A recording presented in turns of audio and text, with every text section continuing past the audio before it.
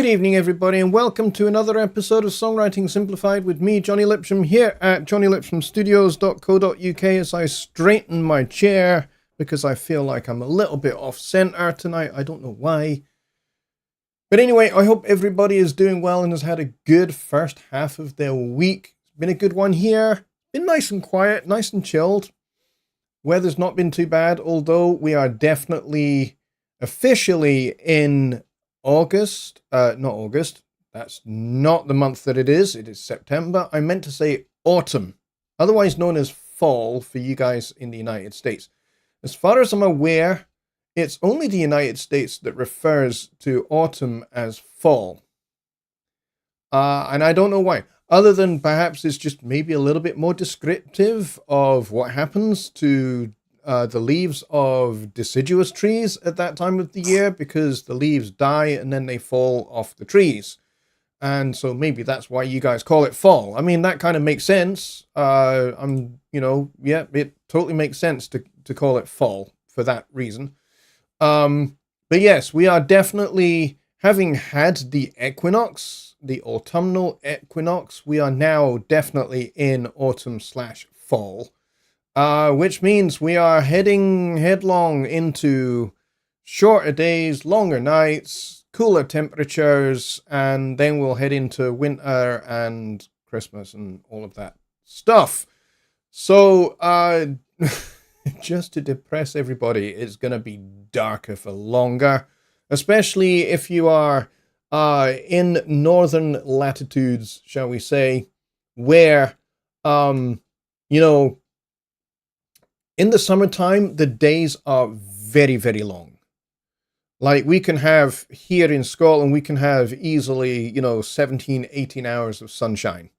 And the sun, it does set, but kind of only just. You still get the horizon backlit for a lot of the night.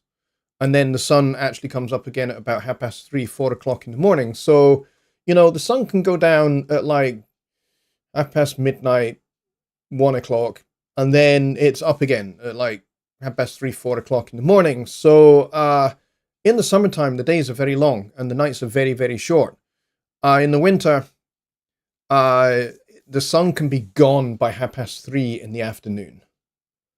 So, it can be completely dark by 3:30 in the afternoon here. So, and then the sun doesn't come up until like 8:30 in the morning. So days are very short and nights are very long here in Scotland in the winter. So I guess that's kind of how it's starting to head as we head in that general direction as we continue our orbit around the sun. So now that we've got that completely non-relevant discussion out of the way, this is not kind of, physics and astronomy. This is not an astronomy channel. This is jonnylipshamstudios.co.uk, where we talk all things songwriting on Songwriting Simplified. So there we go. Kyle says, we seem to have survived yet another rapture. Yes, this is interesting. Now, as a Christian, I do have much to say about the concept of the rapture, because although the concept, the idea does appear in the New Testament, gets talked about here and there in the New Testament, it's not really, one of the things that Jesus says is, he says, hey, not even I know when this is going to happen. So you folks on earth, pretty sure you definitely don't know. So the fact that we have people who are basically saying, hey, the rapture is going to happen on X day, or people have been doing it for years. Jehovah's Witnesses have been doing it for years, and, they are never right. So, but anyway, enough said about that, really. So, the Songwriting Challenge for 2025 for Halloween is open and is available, and Rich Cresswell is as he was last year, is basically going to run the workspace, the my.personas.com workspace for this event. So if you want to be a part of it, if you want to take part, please connect with Rich, and he will he'll get you situated with an invitation to the workspace, and you just need to log in with your my.personas.com credentials, and you should see the invitation there when you get it from Rich, and then you just accept it, and then you are in the workspace, and you will find loads of stuff pertaining to this challenge there. Lots more details, including details of scales that you can use if you want to, and you don't have to. It's not compulsory this time, but you do get bonus points for doing so. So let's see who was first in the door, and unless this chat is totally wrong, it does look like it was Ron the Keyman who was first in the door. Well done to you, my friend.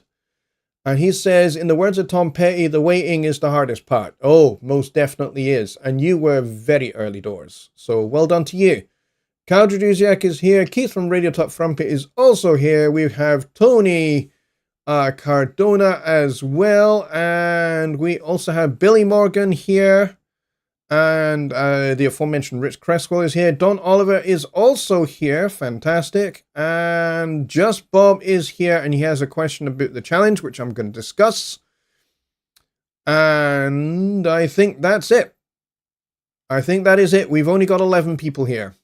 And that is probably my fault, because I did not advertise the show. I completely forgot to advertise the show. So that was a bit stupid on my part. So that's probably why we're a little low on numbers tonight. So, Just Bob says, could you please let us know what the scales are for the Halloween challenge, and can it be in any scale, or was it one scale only? So, you have a choice. You have a choice of scales.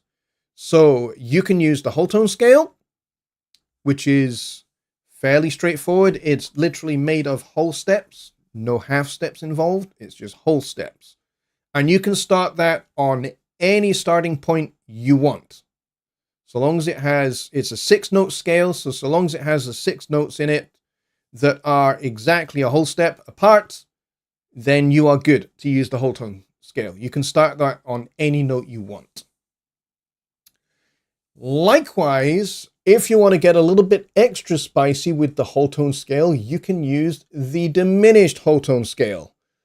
And this basically is the whole tone scale plus the notes of D flat and E flat, or C sharp and D sharp, depending upon your outlook on life, whether you're a sharp person or a flat person. Personally, I'm a flat person because I kind of like darker tones. So for me, it's basically C, D flat, E flat, F flat, G flat, A flat, B flat, and of course the octave C. So it's a little bit spicier than the whole tone scale. Whole tone scale basically doesn't have the C sharp and D sharp. Those are D and E natural. So both are just as unsettling as each other. I think the diminished whole tone scale has it on the spicy department because you start with this half step. So there's that. And then, of course, there's a Superlocrian scale as well, which you can also use. And if you discover another scale on your rounds that you would also like to use, you can use the harmonic minor as well. That's another one that you can use. Or if you discover another scale that you would really like to use, then yes, you can use that as well. So, for example, if you discover you would like to use Dorian Sharp 4, which, by the way, is a scale. Sounds a little bit fruity, this one. So if I start this on D, and then you get to the 4th step of the scale, so 1, 2, 3, so D, E, F, and then you sharp the 4, and you get this A flat.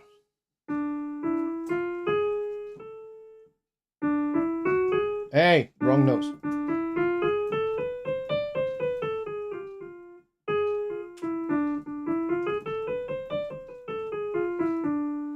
It's a little bit freaky, a little bit kind of Oriental, Middle Eastern kind of sounding.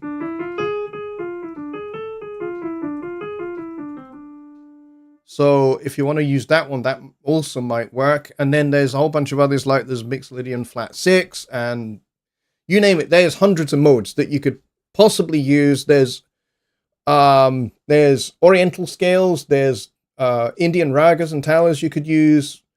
But the ones that we are specifically suggesting are whole tone diminished, harmonic minor, superlocrian diminished. And you get bonus points if you use either of those 4 scales. And if you throw something else in as well, that kind of just adds to your spice list. But yeah, so if we were to hear even just a section of your piece that uses one of those scales, then you get bonus points for that. It doesn't mean you have to use that scale exclusively throughout the whole piece, like we have done previously in previous challenges where it's been you use this scale and you use that scale throughout the whole work. You don't have to do this time. You can just use a section of whole tone scale and a section of harmonic minor, and then a section of superlocrian if you want. If you want to do it that way, just do a different section using different scales. You can do that. And of course, you can start them on different starting points as well. You don't have to do everything in C. You can build things around different points. For example, let's say you take the C whole tone scale and you do that for your A section, and then maybe you do the diminished whole tone scale starting on F.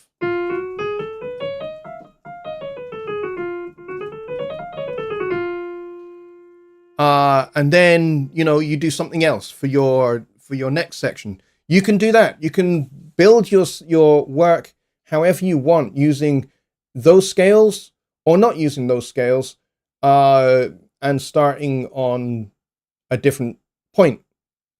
And if you really want to be extra kind of dissonant, maybe you combine 2 scales at the same time on different starting points. So maybe you combine the harmonic minor with the diminished whole tone scale, and you start them on different starting notes. Maybe you do the diminished whole tone scale on F sharp, and you do the harmonic minor scale on C, and you basically use these 2 scales together at the same time. So that could be a fun little extra challenge to add to the challenge, so to speak. So creativity here is king. Scaring the shit out of me and Rich is queen. Okay? So whatever scares the heck out of you as you're writing the music is gonna make an impact on us. It's gonna hopefully scare us as well.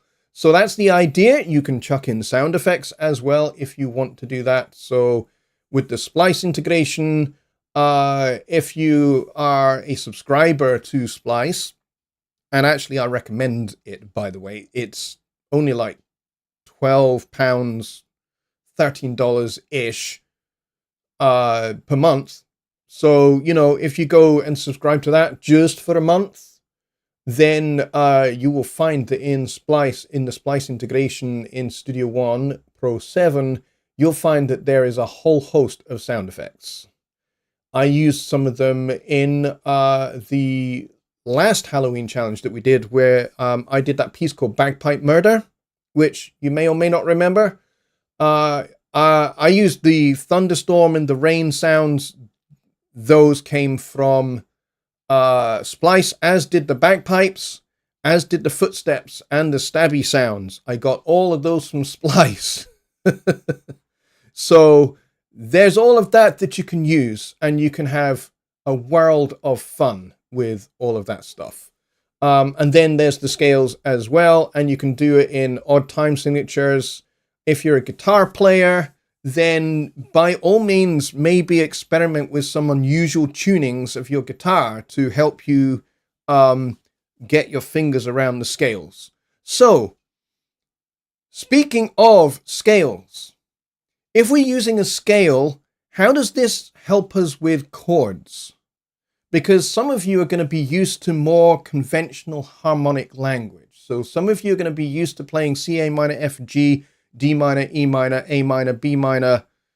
You're going to be used to playing conventional triadic chords from the major minor tonal system. So this is kind of going to be, for you guys, a wee bit new, a wee bit different. And so the challenge for you here is going to be finding some chord shapes that are a little unusual. Don't be afraid to put notes next to each other. Because that will create some dissonance. And dissonance, when we're talking this kind of scary kind of music, dissonance is good. Lots of dissonance is good. But don't overcook the dissonance. Because you don't want to go from scary to just ugly, where there's too much dissonance. So it's got to be controlled dissonance, but you can be as dissonant as you want. You just got to be controlled about it. So, to make it work. So, guitar players, it's going to be about finding some unusual chord voicings for you. And learning where those notes are on the neck for the particular scale that you're going to use. Map it out, draw it out. If you need to do like little chord diagrams or scale diagrams, so you know where your fingers are supposed to go for the frets. And then really the best way to make this work is to pick a few notes from the scale and just play them together as a chord. Because in this type of composition, we're not worried about whether the chords progress in a kind of logical manner like you would normally do with a normal pop song. By all means, use pop orchestration. So have drums, bass, keyboards, synthesizers, vocals. Have all of those sounds and all of those instrumentation at your fingertips, but we're going to be using them in a different, less conventional way. By all means, have your drums play a rock beat or a heavy metal beat. Heavy metal is probably quite good. And then, some distorted guitars. By all means, go down that route of that particular genre. But then you're going to be playing unconventional chords. And you're not going to worry about what is this chord called. Because I wholeheartedly recommend forget naming chords. If you need to write down a chord diagram for where your fingers need to go to play the chords, by all means do that as part of your composing process. In fact, I would highly recommend it, especially if you are, this is kind of an unconventional concept for you as a guitar player. You're used to playing G, D, A, and all of that. And now we're asking you to kind of play some weirder chords. So find different ways to do this for you guitar players. And I wholeheartedly recommend, don't worry about chord progressions. Chord progressions are not a thing in this particular type of composition. Less important. Now, by all means, if you want to play conventional triadic chords and have the melody use the scales, you can do that. What you will find is there are notes and chords where they don't fit together. They sound weird together. That's okay. Weird is allowed in this challenge. In fact, weird is to be celebrated. So if you find weird sounds, weird chords, weird chord progressions that don't make sense, but they just sound scary, that's what you want to be aiming for. All right? So from a harmony point of view, from a chord changes point of view, don't worry about logical, regular, triadic chord changes. It's not really a thing, okay? So you can do it on guitar. It will work. It will absolutely work. In fact, I would love to hear somebody, come up with something metal orientated that uses lots of distorted guitars, but lots of weird chords. I would love that. I am not a metalhead. I played for a summer season with a metal band as a drummer. I'm not a metal drummer. I'm a jazz drummer. And I play funk. And I play traditional grip. So why they hired me to replace their regular drummer for a season, I have no idea. But they did. They asked me to play, and play I did. And boy, did I go through a lot of drumsticks playing with that band. And I played traditional grip. And I said, look, I'm a jazz player. I don't really get metal particularly. And they said, it's fine. Just do what you do. Just give it some backbeat and do what you do. And so that's what I did. I just played funk beats for the most part. And bashed the shit out of my ride cymbal with the shaft of the stick on quarter notes quite a lot. And then the rest of the time, it was just funk beats, traditional grip, because that's the only way I know how to play drums. So it was unconventional from my point of view, playing that way. Turns out, as I learned about the band as we went through the summer season, and we were on the tour bus together, turns out these guys are all jazz maniacs. It's just they play metal because that makes them money. They play more gigs. They play, they earn more money per gig playing metal than they do playing jazz. But these guys were all into Alan Holdsworth, John Coltrane, the Brecker Brothers. They're all into the Tower of Power. They're all into the music that I love and have grown up with. So these guys were complete jazz freaks. They knew all of their jazz harmony. They knew all of that stuff. They just didn't use it on the stage until I joined the band. And then when I joined the band, it became a metal fusion band, basically. And it was great, but I only played it for one season because their regular drummer came back. But you know what? The interesting thing was they carried on with that sound after I left the band. They carried on with that kind of idea of kind of a funk, metal, jazz kind of alloy, fusiony kind of thing. And it really worked for them. They ended up, I think, on the west coast of the United States for a time in the 1990s. And I think they had a record deal for a while. I don't know what they're doing now. I have no contact with them whatsoever. But I do know that they ended up in the United States making records and that kind of thing. So they're like, long hair metal, I think you call it. That was kind of what they did, but they were all jazz guys. It was amazing. They were terrific bunch of guys. So yeah. And I'm saying that to basically say, yeah, sometimes it's a really good thing to get involved in a music that you're not familiar with, or a style of composing that you're not familiar with, because what it does is it adds to your skill set and it adds to your musical palette. And then, maybe down the road, things that you've learned from doing this challenge, like you've learned some new scales, you might find a use for those scales. For example, that diminished whole tone scale,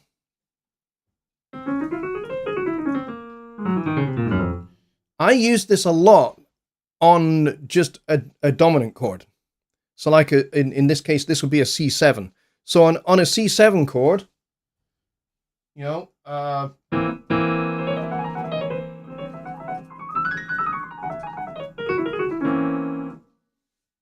it's a scale that works. It sounds a little bit extra spicy and a little bit extra dissonant on a dominant chord, but it works. So long as you stick the landing, which I didn't do there.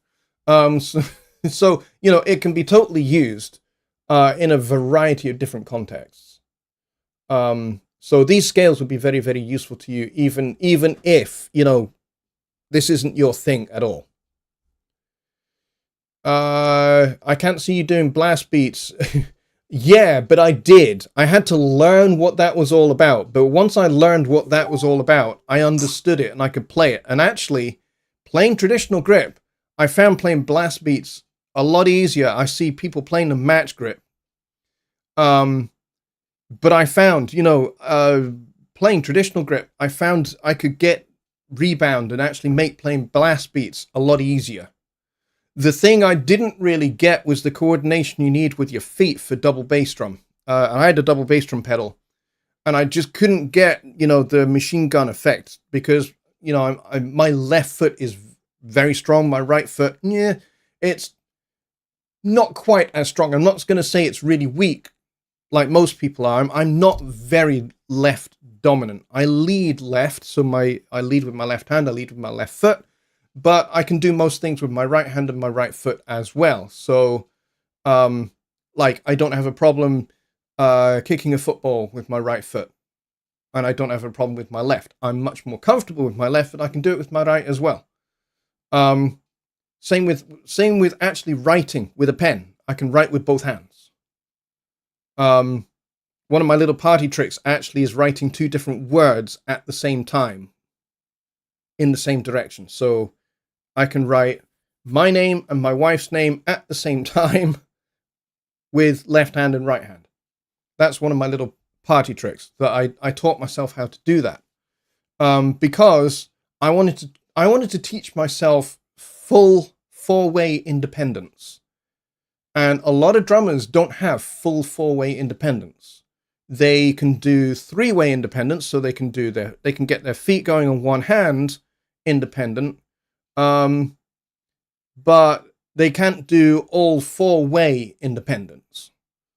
So I wanted to teach myself how to do that, and so I taught myself to tap out a 2/3 with my feet and write with both my hands at the same time. That took a lot of practice. But I kind of got it in the end, and I got fairly good at it to a point where it could be a genuine little party trick. So now that's kind of a little skill that I have. It's just an extra something that I can draw upon when I need it. And yes, sometimes I need it. Even playing in a big band, you'd think, yeah, you probably don't need it. But I have found myself needing all four-way independence for things like samba and marcha frevo, those kind of Brazilian styles. You need four-way independence to play those properly. So Just Bob says, I'm a guitarist first, but these challenges always draw me towards keyboards. More versatile, more ways to control sounds. Yeah, keyboards are definitely a good thing, especially if you're going to do something that's a little bit more synth-based or orchestral sample-based. Like my last few have been more kind of orchestral-based, which is definitely not my wheelhouse. I'm a jazz guy. I don't really do orchestral things, except when I'm writing film scores for student films. And even then, I don't fully go down that kind of orchestral road. It's not that I can't.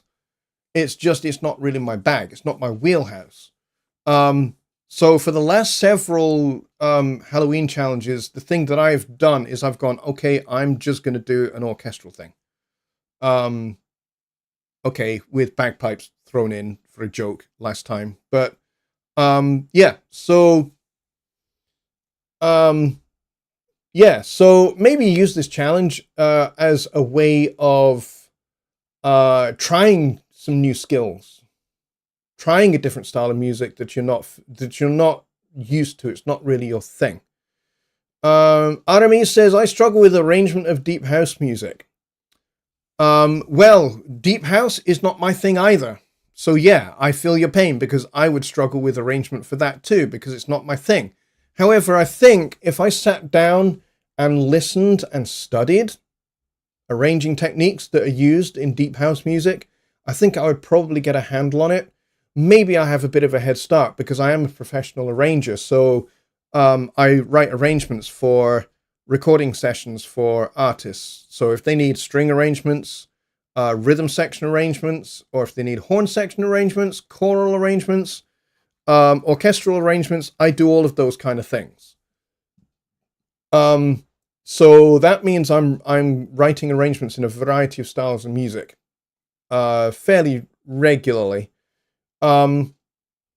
But deep house is just something I have never ever done. But I guess if I sat down and studied it for long enough, I could probably at least do pastiche deep house, if not authentic deep house. It would be passable. Just Bob says, jazz and funk are metal in its purest form. Take out the distortion, and there you go. I guess I kind of see your point. Maybe not from the harmonic point of view, because I don't really see a lot of kind of extended chromatic harmony in metal. Maybe it's there, but maybe I don't hear it. And maybe, like you say, that's because a lot of that is maybe covered up by distortion. Because dissonant harmony can get very lost with a lot of distortion. But all good points. All good points. Rich says Muse Math provide piano scales too. Oh, there you go. So that's a useful website to check if you want to check out some of these scales. That's a good little website to go check out. Just Bob says Rich and Roch use traditional grip. They tower over speed metal drummers. Yeah. Traditional grip is great. I do play match grip, but it's not something I prefer. I prefer traditional grip, but I do play both. So, you know, there are some music that I will play match grip in more than I will play traditional grip, because it suits that music better, or there might be a particular song where it just feels more comfortable to play match grip, and then there'll be another one where I'm playing traditional grip. Now, I'm a left-handed drummer, as you may have noticed, because it's this hand that's the cradle hand, not this hand. So, and I do get people going, that just looks weird, and I'm just like, you're just biased. You're just biased by right-handedness. It's perfectly normal to play traditional grip left-handed. Mario Duplantier is my current favorite drummer. My current I have several favorite drummers. I've had a lot of favorite drummers over the years. My current favorites are Todd Schukerman from Styx, because he's just Mr. All. He's a rock drummer, but he's jazz trained. And he is just the most tasteful drummer in the business. Absolutely. No question. Tommy Igoe is a great jazz drummer, big band drummer. He's absolutely superb. He's also a world-class educator. I have had some correspondence with him a few times over the years. Who else? But I would say maybe one that I haven't really paid a whole lot of attention to until relatively recently is Aaron Comes from the Spin Doctors. I like the Spin Doctors. They're a great band. I like their brand of music very much. Definitely appeals to me. And Aaron is an absolutely outstanding drummer. He's great. He's another traditional grip jazz trained kind of guy. But man, that guy is a monster. Super, super, super drummer. So if you've never heard of the Spin Doctors, I highly recommend you check out their music. They've been going since the 1990s, and they're still going now. They are absolutely fantastic. Okay, let's go back to scales for a minute here, because Dave has a question. He says, a whole tone scale, for example, start in C and ends in E. No, it's whole tones. So it's six notes, 6 whole tones. And it's all within the space of 1 octave, but you can stretch it out. But your starting and ending point will be exactly the same. So if I start it on C, it's going to be C, D, E, then G flat, A flat, B flat, and then the octave. Okay? So C, D, E, G flat, A flat, B flat, C. So if you start it on C, those will be your notes. If you start it on E flat, F, G, A, B, D flat, E flat. All right, so you can start it on any point, but it's got to start with whole. It's got to be completely whole tones, no half steps. Okay, so one note, miss out the semitone, go up to the next note. That's a whole step. So C to D, that's a whole step. Okay, so there are no half steps in this scale.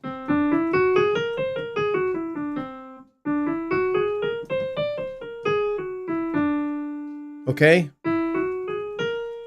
So if I start it on E,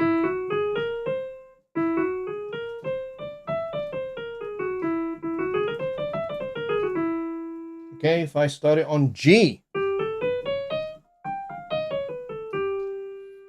it still has the same format. It's all whole tones. So the diminished halftone scale is related to it. It just has the flat 2 and the flat 3 added to the scale. So it goes from a 6-note scale. And instead of the second and third degrees of the scale, you flatten those two. And then you flatten the fourth degree of the scale. So basically the format here is 1 as in root or tonic, flat 2, flat 3, flat 4, flat 5, flat 6, flat 7, root. If you're a flat person like I am, if you're a sharp person, root. It'd be a C sharp, D sharp, E, F sharp, G sharp, A sharp, C. See, for me, the reason why I call them all flats in a diminished whole tone scale is because when you say diminished, we mean make things smaller, right? So everything is squished. So that to me denotes flats. So that's why I always go C, D flat, E flat, F flat, G flat, A flat, B flat, C flat. And it also means I'm not using the same note name twice. Like if you were to do everything in sharps, you'd have to use the same note name twice. C, C sharp. See what I mean? So C is both natural and sharp in this scale. So if you do it all as flats, you don't have that problem. C, D flat, E flat, F flat, G flat, A flat, B flat, C flat. Yeah, C natural. But like anything else, you can start this scale any way you want. You could start it on F. Or on G.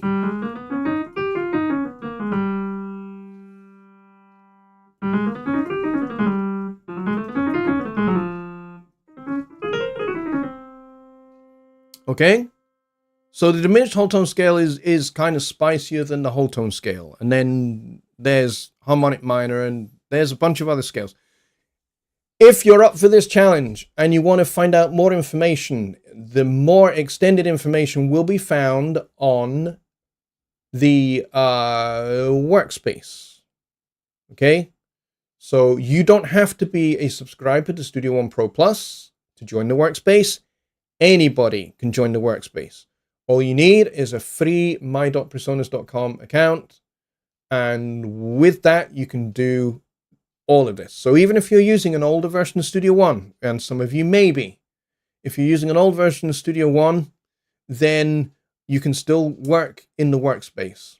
Okay, you can still submit your work. You would just have to do an export mix down of your final work and then upload that to the workspace. But if you are, if you're using Studio One Pro 7 and you're a subscriber to Studio One Pro Plus, then it's dead easy. You can very, very easily just upload to the workspace. Dave says, now I'm messed up on the key signature.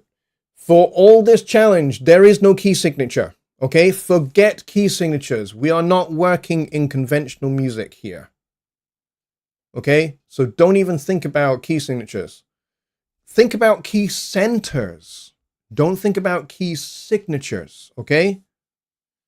Because really, with this type of music, there just is no point.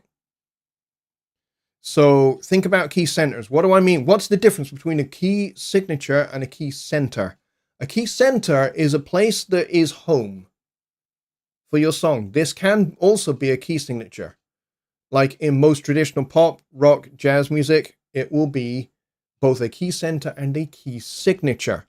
However, if you are doing music that is non-tonal, and I'm not meaning atonal, I'm meaning it doesn't have any functional tonality, which is what this kind of does, if you're using the scales both as melody and harmony. This is modal music, essentially. So that being the case, or 12 note, just, like note rows. We're just taking a bunch of notes and going, this is what we're using to make this music. You don't need a key signature. So when you're not using a key signature, like 4 sharps being E major, 3 flats being E flat major, 4 flats being A flat major, 6 sharps being C sharp major, or F sharp major, 7 sharps being C sharp major, or 7 flats being A flat minor, or C flat major. Those are key signatures. What we're dealing with here is key centers. So what is the difference? So a key center is basically music where there is no real tonal sense. It's neither major nor minor. But it does have a sense of where home is. So you may have chosen F to be your key center. So basically everything is going to start and finish with F. But everything else around it is not F major, it's not F minor. It's just F. So get the F out of here. So if you're using the diminished whole tone scale and you're starting on F,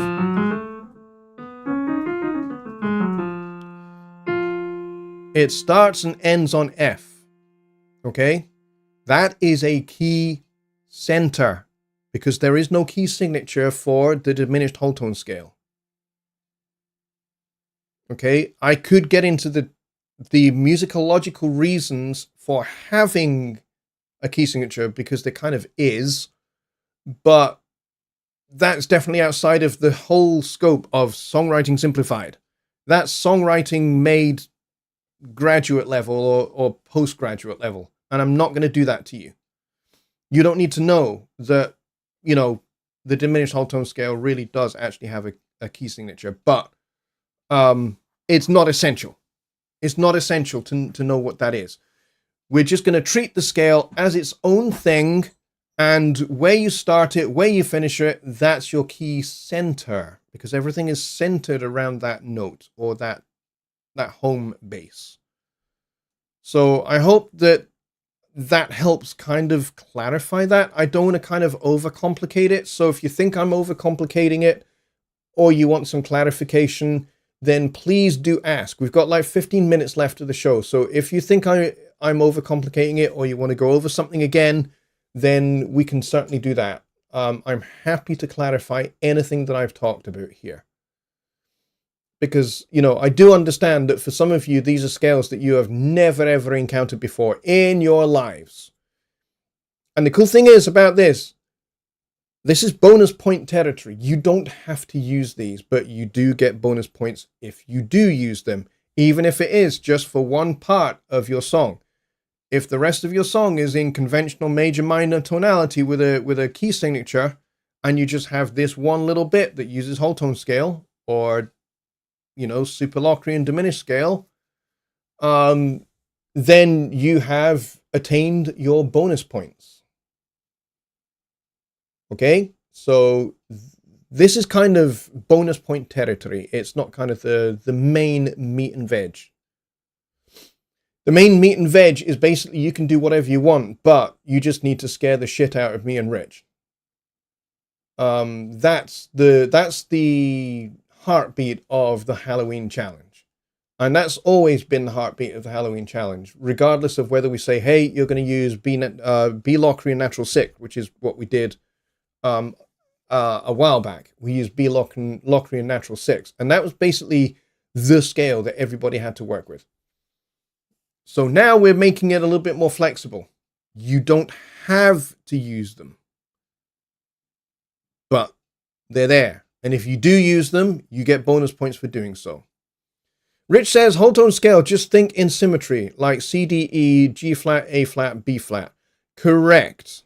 Now, the cool thing is here, you can actually make some nice kind of spooky sounding chords by taking a third with these two fingers and a third with these two fingers and putting them on top of each other, like this.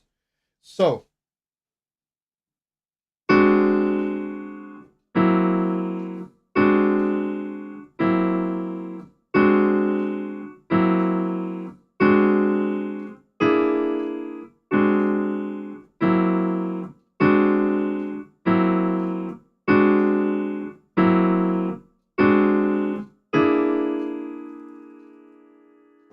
so what have I got there? I've basically got a major third underneath and a major third on top. Hang on, what was the one I played?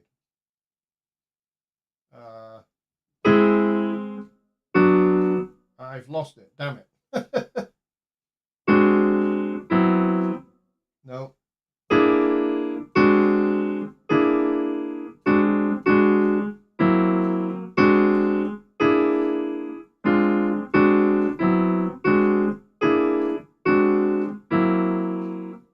So I've got a major third here and a major third here.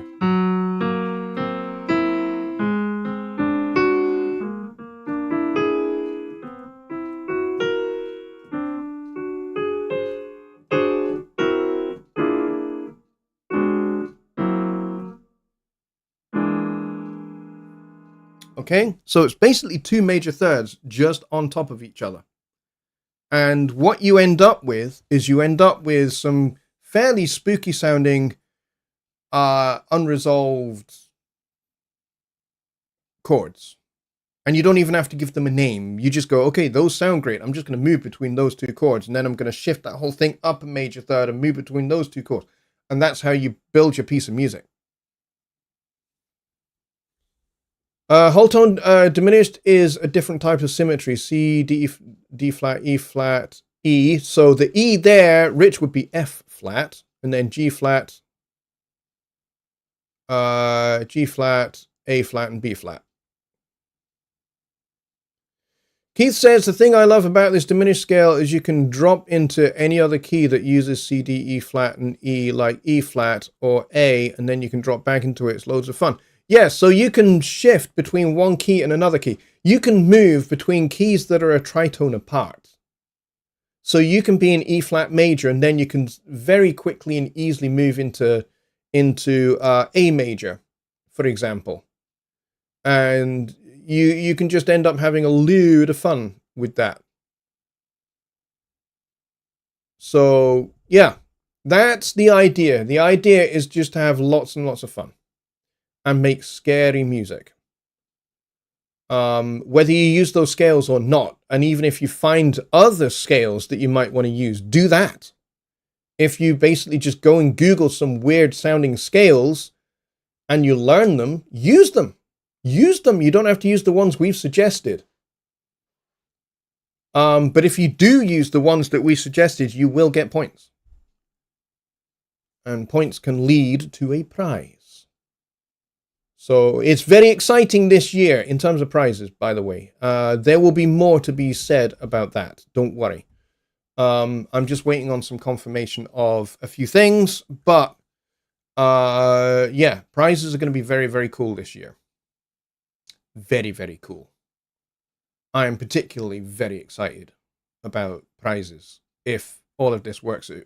If all of this works out as I expect, then yes, I will have a little announcement to make about what the prizes are, other than what we've already talked about when I had Rich on the show the other week.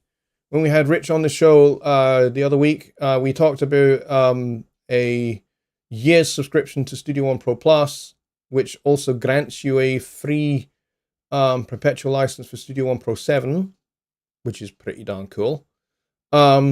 There's also some other things that we're going to chuck in as well. But I will give you some more information on that in due course. So we are basically 4 weeks away-ish from the closing date of this challenge. For those of you that aren't sure when that is, the closing date is going to be 0100 UK time on the 26th of October. So that's 7 p.m. Central. So you need to have your final submission in the final submissions folder in the workspace by 7 p.m. Central Time on October 26th. And then on the following show after that, which will be on the 29th, so basically the 26th of October is a Sunday, and basically by the end of Sunday Night Live on the 26th of October, that's when the contest is closed. And then on Wednesday 29th, that is when Rich and I will be on Songwriting Simplified to announce our winner and to play some of the music of some of you very fine folks who will have made some awesome music, which we cannot wait to listen to. We are very excited this year to see what you guys can do, because the standard has gone up and up and up over the last few years. It's very exciting. So it's going to be very exciting to see what you guys come up with. So yeah, is there any, let me start that sentence again. Are there, because it's plural, are there any other questions, either to do with this particular songwriting challenge or to do with songwriting, composing, arranging in general, music theory, other music theory stuff other than the scales that we're talking about here?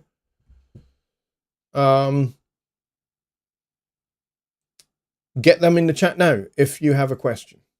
Otherwise, we will wrap up the show just a few minutes early,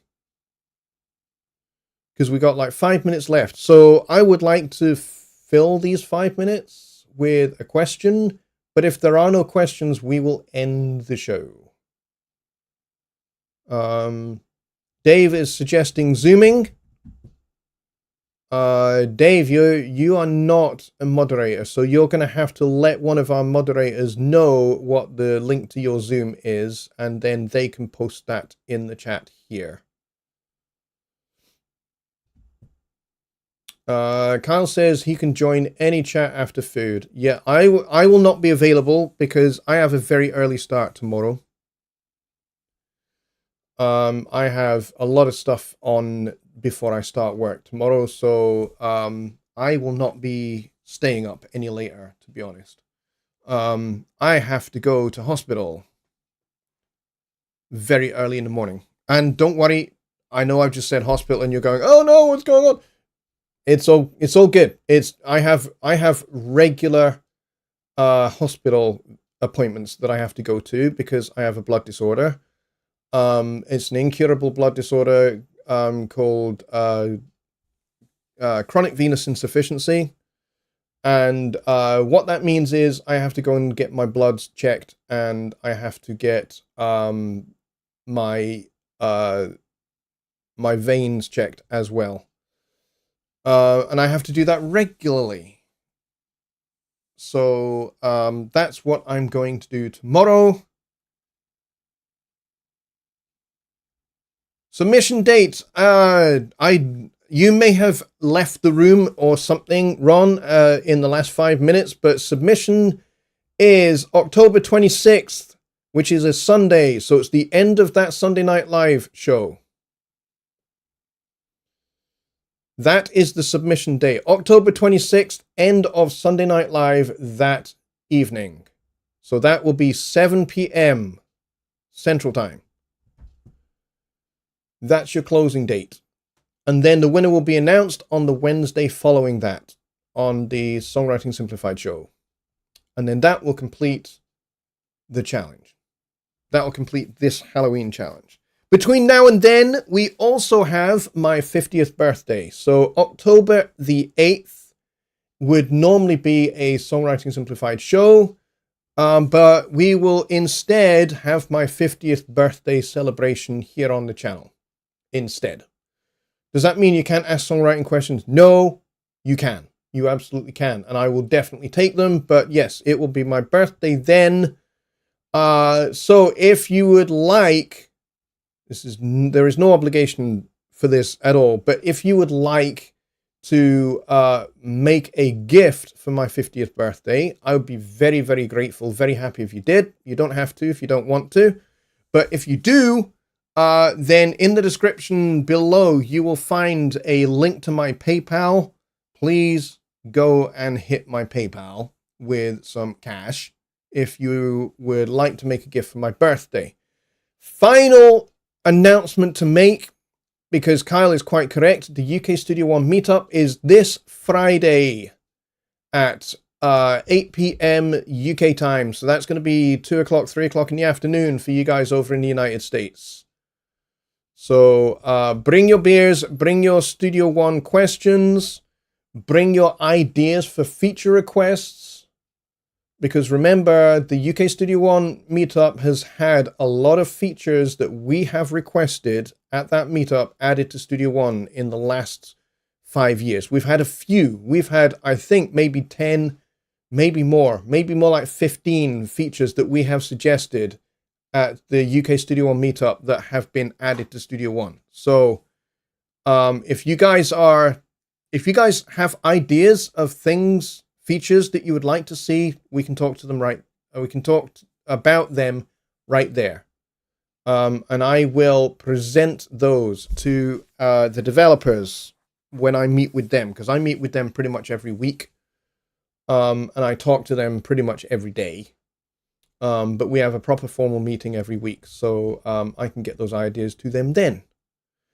Okay, we will call it there. We will end the show right there. So if you have not smacked the like button, please do. If you are not a subscriber yet, please subscribe. I would appreciate it a lot, especially if you want to be a part of the Halloween challenge and, of course, all the other stuff that is coming this way as we go into Christmas, and then as we go into New Year's, the Hogmanay show, and then beyond that into January. It's going to be pretty exciting what is yet before us. So until then, folks, I will bid you all a very good night. Have a good one. Have a good rest of your week. I'll see you on Friday for the UK Studio One meetup. And also, I will see you on Sunday for Sunday Night Live. Until then, folks, have a good one. Take care.